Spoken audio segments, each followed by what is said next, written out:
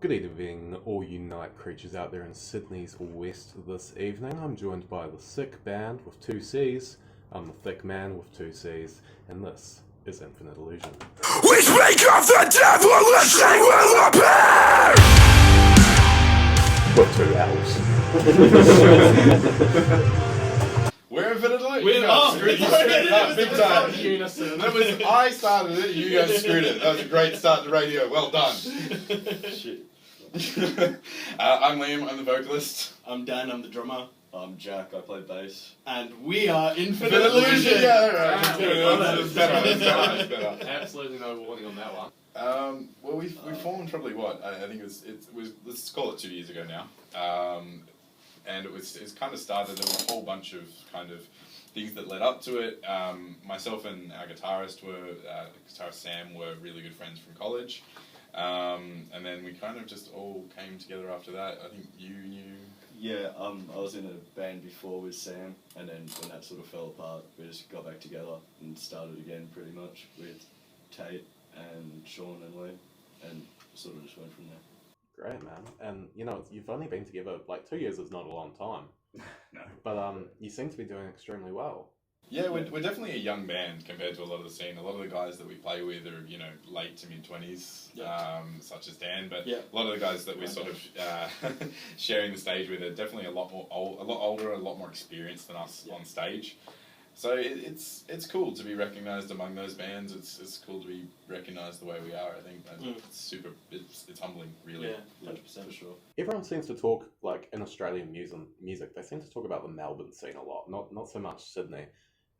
Let's talk about the middle, Sydney scene. What's it like being a musician in Sydney? Is it easy? Is it hard? You've been around, surely. I'd say it has its challenges, but it's one of those sort of experiences where, even though it does come with its challenges, the outcome is far more rewarding. When you can see yourself and the other bands that are in the scene, there's obviously a lot of respect between the bands in the scene, but when you can see that they're doing well and yourself, you're doing well and you're moving on to bigger and better shows, it's just a great feeling, I think.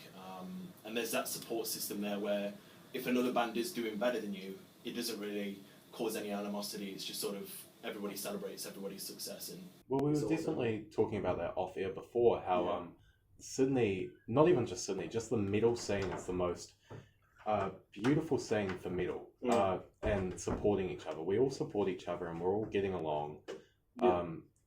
It seems we were talking about the difference between the hip hop scene and the Sydney scene, and with metal we all encourage each other. And I was using the mosh pit as a microcosm of that. If someone falls down, immediately lift it up. It's not as scary as it looks from the outside. 100%. Have you felt a lot of support with the other bands putting you up? Is that what you attribute to your success? I'd definitely say that's a large component of it. It's also that you can see a difference when the bands are putting in a lot of hard work. One thing that I really liked about Infinite Illusion, I've only been in the band maybe 6 months. Something like that. Yeah, around about that. And it was just seeing their hard work, the amount of work that they put into their music, their commitment to it, and just sort of seeing them go on to bigger and better things was just really, I was proud to see it, to be honest. And I see a lot of that in a lot of the local scene bands as well, the amount of work that they're putting in. How do you think it's changed since when you first started out and you would have been doing smaller gigs to now when you're getting higher billing? But do you think your sales of people have changed as a unit, more professional? Absolutely not. Not in any way at all. No, seriously, it's from the start. It's always been about one thing for us, and that's just because this is what we enjoy doing. I'd been in a few bands prior as well, ones that had actually played a fair amount of shows, but it was definitely kind of refreshing just to see people doing it. Especially when Sam kind of hit me up and was like, "Yo, can you come in?" And I think just seeing how well we're doing and doing it because we genuinely enjoy it, it pushes me and pushes the rest of us to be the best musicians we can be as well. There's not a single member in this band that doesn't want to be the best goddamn band in the world and the best at what they do in the world. And I think that just constant drive to be better and to write better music that, demonstrates all of our capabilities better it's been there from day one, and that's kind of what shapes our band from day one. And honestly, I don't see it ever changing at this point. Definitely some great music out there, and we were talking off air a bit about imitating musicians, and I was thinking there's got to be some perks in that as well. You know, getting your start, someone who really inspires you, but at a certain point, it becomes a negative thing. Yeah, I think from that point of view, it is quite interesting, because obviously you have to be inspired by someone. There has to be an artist that you sort of get there and go, I want to do that. And for me, that was definitely Daniel Burkedin from Storm Sky, he was the one that definitely just put me on that path. But I think from that point of view as well, as you said, you kind of have to break away from that, and you absolutely have to become your own artist, because that's what gives you your identity. It's what gives your band, especially as a vocalist. That's the thing that people nowadays anyway resonate with the sound of a band. It 9 times out of 10 it's the vocalist.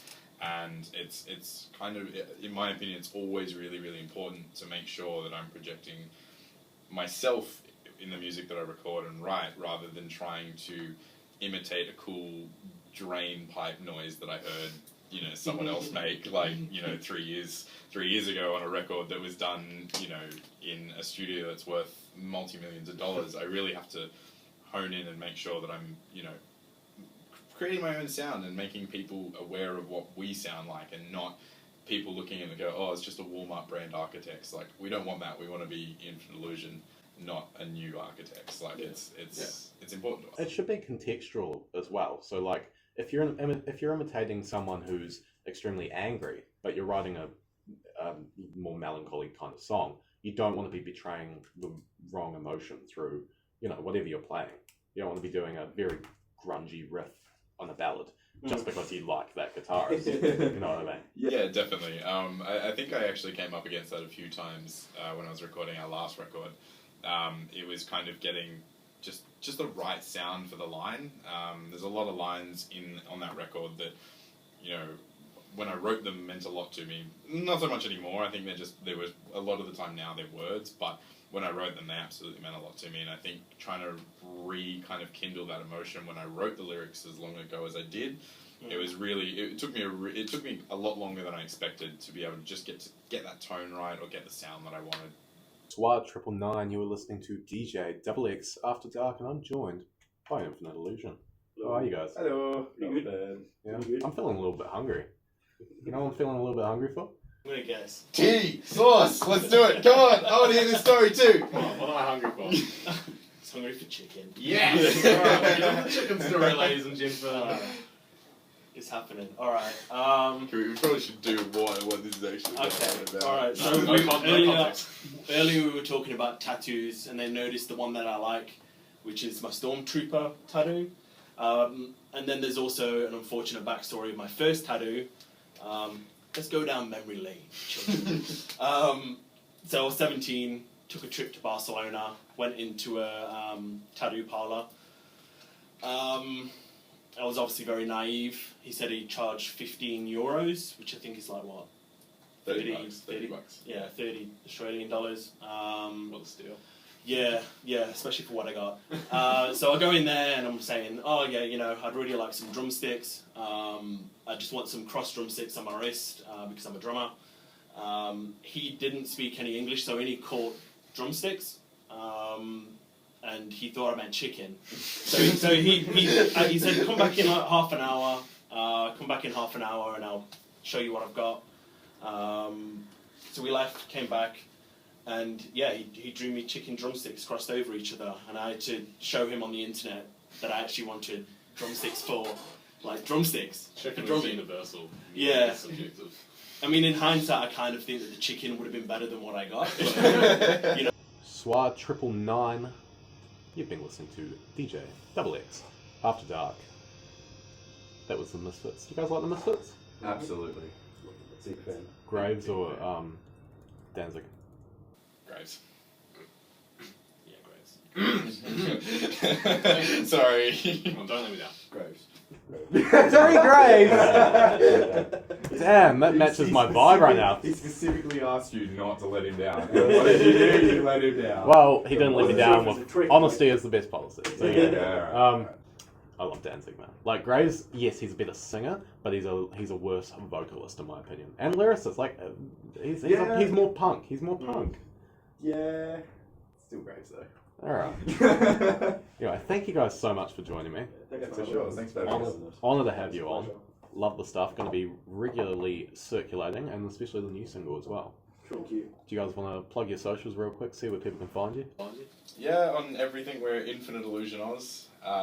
It's as in the abbreviation of Australia. But yeah, other than that, I think everything's pretty straightforward. You type in Infinite Illusion, you find us, or some weird magic YouTube thing. I was on thinking YouTube. like those hour-long hypnosis things where it's like, look at a wall, look at a wall after staring at us. Absolutely. See you guys around.